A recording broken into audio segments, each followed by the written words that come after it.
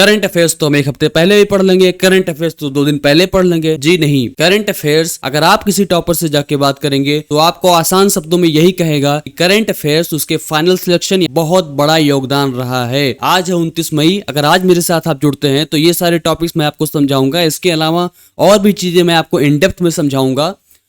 मेरा नाम है Saurabh Tripathi and welcome to CAI। हाल ही में चीन के उप विदेश मंत्री के रूप में किसे नियुक्त किया गया है? Who has been appointed as vice foreign minister of China? ये सारे नाम दिए गए हैं और इसका सही उत्तर है डी, हुआ चुनयिंग। हुआ चुनयिंग चाइना में प्रेस डिपार्टमेंट में रह चुकी हैं। चीन की एक डिप्लोमेट हैं और हाल ही में उनको प्रमोट किया गया है vice foreign minister of China, चीन के उप विदेश मंत्री। चीन ने हाल ही में ताइवान के पास एक एक्सरसाइज किया था, उसका नाम था ज्वाइंट स्वॉर्ड 2024A और इसका उद्देश्य ये था कि ताइवान को चीन अपना हिस्सा मानता है, लेकिन ताइवान के जो नागरिक हैं, वहाँ के कुछ नागरिक हैं, वो कहते हैं ताइवान एक स्वतंत्र देश है, हमें अपने तरीके से रूल करना है। हाल ही में ताइवान ने नए प्रेसिडेंट को नियुक्त किया, उनका नाम था लाई चेंगते। उनके शपथ ग्रहण के कुछ ही दिनों बाद चीन ने उस ताइवान आइलैंड के पास एक्सरसाइज किया, उसी का नाम था ज्वाइंट स्वॉर्ड 2024A। अंतरराष्ट्रीय स्पेस स्टेशन को हम ISS बोलते हैं, उसी प्रकार से चीन के अंतरिक्ष स्पेस स्टेशन को हम बोलते हैं ट्यांगोंग।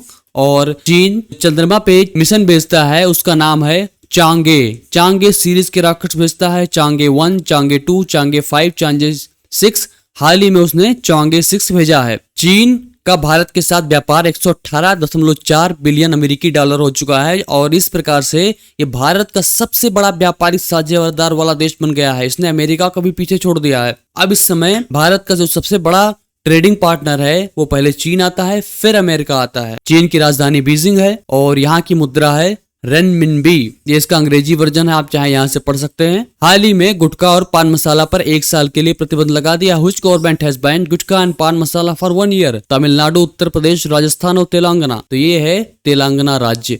तेलंगाना राज्य ने 1 साल के लिए गुटखा और पान मसाला पे प्रतिबंध लगा दिया है। तेलंगाना से नए राज्यों में से एक है। इसकी स्थापना 2024 में हुई थी, 2 जून को। इसकी राजधानी है हैदराबाद। हैदराबाद 2024 तक आंध्र प्रदेश और तेलंगाना दोनों की संयुक्त राजधानी थी। यहाँ पे तेलुगु लैंग्वेज बोली जाती है। क्योंकि हैदराबाद शहर तेलंगाना में है तो आप जानते हैं कि हैदराबाद सिटी एक IT हब है और इस प्रकार से ये राज्य भी इंफॉर्मेशन टेक्नोलॉजी हब है। तेलंगाना में गोदावरी और कृष्णा नदियां बहती हैं और यहाँ पे बहुत महत्वपूर्ण जगह है, जैसे कि चार मीनार है, गोलकोंडा का फोर्ट है, नागार्जुन सागर डैम भी यहाँ पे पाया जाता है। चाड एक देश है, वहाँ पे एक प्रेसिडेंट नियुक्त किए गए हैं, उनका नाम क्या है? आपको इस ऑप्शन से देख के बताना है। तो उनका नाम है अल्माय हेलिना।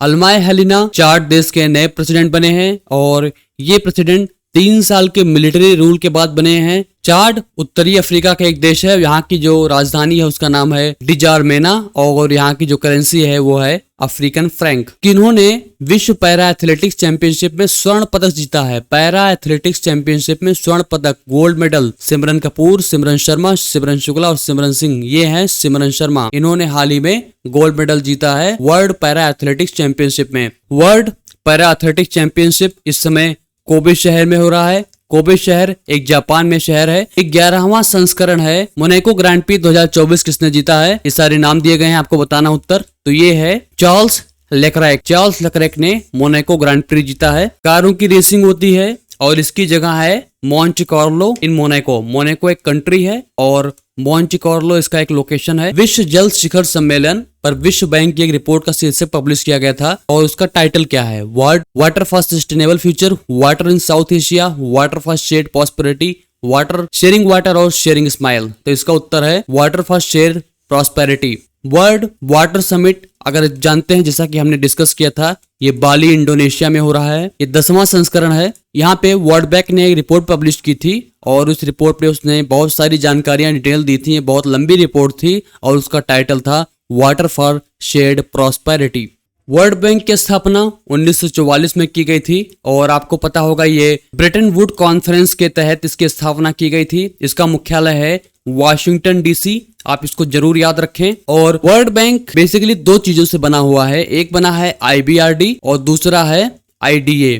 IBRD का पूरा फॉर्म है international bank for reconstruction and development और IDA का फुल फॉर्म है इंटरनेशनल डेवलपमेंट एसोसिएशन। इन्हीं दोनों चीजों से मिलकर वर्ल्ड बैंक बना है। वर्ल्ड बैंक का उद्देश्य है कि गरीबी का उन्मूलन किया जाए, गरीबी को हटाया जाए और सस्टेनेबल इकोनॉमिक डेवलपमेंट किया जाए ताकि आने वाली पीढ़ियां हमारी इस विकास से प्रभावित न हो। वर्ल्ड बैंक की फंडिंग इसके जो सदस्य देश करते हैं, ये बहुत सारे प्रोजेक्ट्स करता है, जैसे कि ये इंफ्रास्ट्रक्चर प्रोजेक्ट्स की फंडिंग करता है। इसकी रिपोर्ट ने कहा है कि वाटर फॉर शेड प्रॉस्पेरिटी। कौन सा पोर्ट? पोर्ट मतलब समुद्री पोर्ट है जो सेंसेक्स में लिस्ट होने वाला है। Which port is going to be listed in Sensex? Jawaharlal Nehru port, Vizag port, Adani port और कोलकाता पोर्ट। तो इसका सही उत्तर है अडानी पोर्ट। कोई कंपनी जब सेंसेक्स में लिस्ट होती है तो बहुत बड़ा अचीवमेंट माना जाता है और अडानी पोर्ट सेंसेक्स में लिस्ट होने वाला है। आइए थोड़ा बहुत जानते हैं सेंसेक्स के बारे में। सेंसेक्स को हम बीएसई सेंसेक्स भी बोलते हैं। बीएसई का फुल फॉर्म है Bombay stock exchange sensitive index. अब मैं आपको समझाता हूं कि सेंसेक्स और बीएसई में अंतर क्या है, क्योंकि ये दो कंफ्यूज कर जाते हैं इसमें। सेंसेक्स एक इंडेक्स है जिससे हम मापते हैं और बीएसई एक मार्केट है, एक जगह है जहां पे सिक्योरिटीज हो या शेयर्स हो हम खरीदते बेचते हैं। सेंसेक्स समझ लीजिए आप एक मीटर है और बीएसई एक जगह है। सेंसेक्स क्या करती है कि जो सबसे 30 महत्वपूर्ण और सबसे बड़ी कंपनियां हैं जो बीएसई में लिस्टेड हैं, वो उन पे नजर रखती है, उनको मेजरमेंट को नापती है। और बीएसई तो मार्केट प्लेस सही है भाई, वहां पे हजारों कंपनियां। तो इस प्रकार से बीएसई एक मार्केट प्लेस है जहां कंपनियां लिस्ट होती हैं। सेंसेक्स क्या है? एक मेजरमेंट या परफॉर्मेंस मेजर करता है 30 बड़ी कंपनियों की। बीएसई की स्थापना जैसे कि बताया कि एशिया का सबसे पुराना है, ये 1875 में की गई थी और इसके जो फाउंडर थे वो थे कॉटन के व्यापारी थे प्रेमाचंद रॉय चंद। दुनिया में 10वां सबसे बड़ा स्टॉक एक्सचेंज है। जैसे कि अमेरिका में NYSE चलता है, न्यूयॉर्क स्टॉक एक्सचेंज चलता है, नस्दाक चलता है। नस्दाक में क्या होता है, जितनी तकनीकी कंपनियां हैं, टेक कंपनियां अमेरिका की, ये इसी में लिस्टेड हैं ज्यादा से ज्यादा, जैसे कि एप्पल की हो गई, माइक्रोसॉफ्ट की हो गई। उसी प्रकार से इंडिया में बीएसई है। इंडिया में एक और है, उसका नाम है NSE नेशनल स्टॉक एक्सचेंज। इसी प्रकार से हांगकांग का स्टॉक एक्सचेंज है और बहुत सारे देशों का है। साइबर सुरक्षा कॉन्क्लेव किस शहर में संपन्न हुआ? हैदराबाद, कोची, दिल्ली और बेंगलुरु। तो ये संपन्न हुआ है दिल्ली में। इसका आयोजन दिल्ली में किया गया था। इस साइबर सुरक्षा के बारे में, अवेयरनेस के बारे में था, नए नए चैलेंजेस को डिस्कस करने के बारे में था। आर्थिक संकट से निपटने के लिए केरल सरकार को कितनी राशि स्वीकृत की है? सेंट्रल गवर्नमेंट ने कितनी राशि केरल सरकार को दी है ताकि वो आर्थिक समस्या, तो इसकी जो वैल्यू है वो 21,253 करोड़ रुपए है। केरल में इस समय आर्थिक समस्या से जूझ रहा है और वहां पे बेरोजगारी भी बढ़ चुकी है। अगर हम हाल ही के मोस्पी की रिपोर्ट को ध्यान दें, मोस्पी का मतलब है ministry of statistics and programme implementation. MoSPI क्या करता है कि डेटा कलेक्ट करता है बहुत क्षेत्रों में, बीमारी से लेके, शिक्षा से लेके, घरों परिवार से लेके, बहुत सी चीजों के बारे में। तो इसके जो रिपोर्ट पब्लिश की थी कि जनवरी से मार्च यानी कि जो पहला क्वार्टर होता है, इसको हम Q1 बोलते हैं। एक साल में सिर्फ 4 क्वार्टर होते हैं, 3 महीने के 4 क्वार्टर होते हैं, यानी कि 12 महीने हो गए। इसने कहा है कि केरल में सबसे ज्यादा अनएम्प्लॉयमेंट, यूथ अनएम्प्लॉयमेंट सबसे ज्यादा है। केरला में जो लोन बढ़ा था उसका कारण ये था कि इसने बहुत सारी स्कीम्स लॉन्च की, वेलफेयर स्कीम लॉन्च की और वहां पे पैसा ज्यादा लग गया। केरल से बहुत से ज्यादा लोग गल्फ कंट्रीज में काम करते हैं, खाड़ी देशों में काम करते हैं, जैसे ओमान हो गया, मस्कट हो गया, दुबई हो गया, वहां पे शहरों में, वहां के देशों में काम करते हैं। तो वहां से जो पैसे भेजते हैं उसको हम रिमिटेंस बोलते हैं। लेकिन वहां से पैसे थोड़ा कम आए हैं या कमी आई है, इसकी वजह से भी इसकी आर्थिक स्थिति पे असर पड़ा है। तो इस प्रकार से केंद्र सरकार ने केरल सरकार को 21,253 करोड़ रुपए दिए हैं। संयुक्त राष्ट्र शांति रक्षकों का अंतरराष्ट्रीय दिवस कब मनाया जाता है? When international day of UN peace keepers is observed on. इसको याद रखें प्लीज, ये बहुत इंपॉर्टेंट है। ये है 29 मई को ऑब्जर्व किया जाता है और इस साल का थीम रहा है fit for the future, building better together. इस दिन का उद्देश्य ये है कि जो पीस कीपिंग मिशन में जो बाहरी देशों में जाते हैं, उन्होंने अपनी वहां पे जिंदगियां, मैं आपको पीस कीपिंग का थोड़ा सा आइडिया देता हूँ। एक देश से दूसरे देश में जहाँ पे असुरक्षा है, आंतरिक घुसपैठिए बैठे हैं, आंतरिक अशांति है, वहां पे पीस कीपिंग मिशन के लिए भेजे जाते हैं, आतंकवाद से लड़ने के लिए भेजे जाते हैं, ताकि उस राज्य में या उस देश में स्थायित्व लाया जा सके। तो UN बहुत सारे देशों के आर्मीज को वॉलंटियर करता है और उस देश में ले जाता है जहाँ पे समस्याएं हैं। भारत सबसे बड़े देशों में से एक है जो UN में पीस कीपिंग मिशन भेजता है और भारत पीस कीपिंग मिशन 1950 से भेज रहा है। भारत ने Korea, Congo, Somalia, Rwanda, Sudan जैसे देशों में पीस कीपिंग मिशन भेजे थे। भारत का पीस कीपिंग मिशन पूरे विश्व में इसकी तारीफ की गई है। ये रहा इसका पोस्टर, आप उसको देख सकते हैं, ये UN की वेबसाइट से लिया गया है। जैसा कि आप देख सकते हैं इसमें 29 मई मेंशन्ड है और इसके बारे में लिखा गया है, इसका थीम है fit for the future, building better together. कौन सा देश एक दशक के बाद पहला सीनेट चुनाव आयोजित कर रहा है? उस देश में दशकों तक मिलिट्री रूल रहा है, डिक्टेटरशिप रही है। और कौन सा ऐसा देश है? म्यांमार, नाइजीरिया, थाईलैंड और मॉरिशस। तो ये देश हमारा है थाईलैंड। थाईलैंड की राजधानी बैंकॉक है और इसकी करेंसी है थाई बहत। ये देश 10 साल के बाद चुनाव कराने जा रहा है। इसका कारण ये था कि यहाँ पे तख्ता पलट हुआ था 2014 में। भारतीय पुरातत्व सर्वेक्षण के अनुसार नवपाषाण कालीन चट्टानें कहाँ पाई गई हैं, हाल ही में सर्वे हो रहा है यहाँ पे। और आपको बताना है कि नियोलिथिक रॉक कहाँ पाए गए। अगर आप हिस्ट्री पढ़ते हैं तो आपको पता होगा कि नियोलिथिक रॉक्स क्या होते हैं। हमारा राज्य है गोवा। गोवा में नियोलिथिक रॉक्स पाई गई हैं। आइए जानते हैं इसके बारे में। गोवा के मोक्सी गाँव में ये चित्र पाए गए थे। इन चित्रों में बैलों और हिरणों जैसे जानवरों के दृश्य हैं। और इसके साथ साथ मैं आपको बता देता हूँ कि हाल ही में भारतीय पुरातत्व सर्वेक्षण ने, आर्कियोलॉजिकल सोसाइटी ऑफ इंडिया ने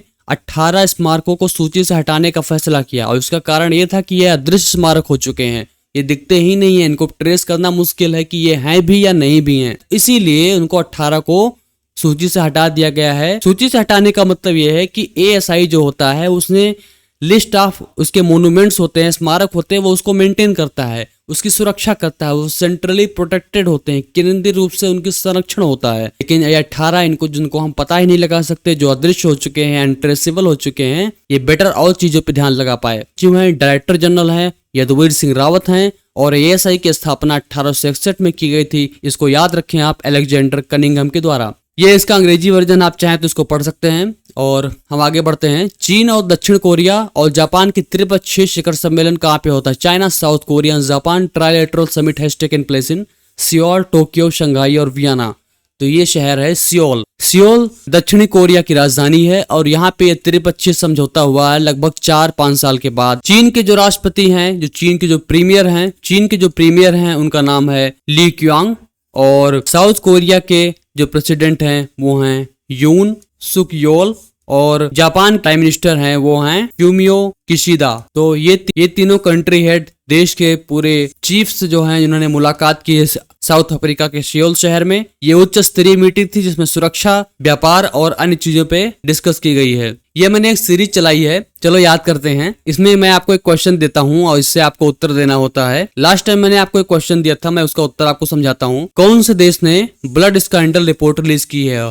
और ये देश है यूनाइटेड किंगडम। यूनाइटेड किंगडम में क्या हुआ था कि 70-80 के दशक में कुछ लोग जो HIV से इन्फेक्टेड थे, थैलेसीमिया से इन्फेक्टेड थे, उनका खून उठा के स्वस्थ लोगों में चढ़ा दिया गया और इससे बहुत से लोगों की मृत्यु हो गई। और इस रिपोर्ट को बहुत लंबे समय तक नहीं पब्लिश किया गया था और ये हाल ही पब्लिश किया जा रहा है। तो ये ब्लड स्कैंडल जो रिपोर्ट है ये यूनाइटेड किंगडम से रिलेटेड है। तो ये रहे आज के करंट अफेयर्स। अगर आपको कोई डाउट या फीडबैक हो तो आप मुझे कमेंट सेक्शन में बता सकते हैं। प्लीज अगर आपको सेशन पसंद तो वीडियो को लाइक कर दें, चैनल को सब्सक्राइब कर दें। इससे क्या होगा, आपको टाइमली वीडियोस मिलती रहेंगी और मेरे साथ बने रहिए। मैं वादा करता हूं कि मैं सबसे बेहतरीन करंट अफेयर्स लाके आपको दूंगा। आशा है आपको सेशन पसंद आई होगी। फिर कल मिलते हैं आपसे। आपका बहुत बहुत धन्यवाद मेरे साथ जुड़ने के लिए। आपका दिन शुभ हो, आप अच्छे से पढ़ाई करते रहें।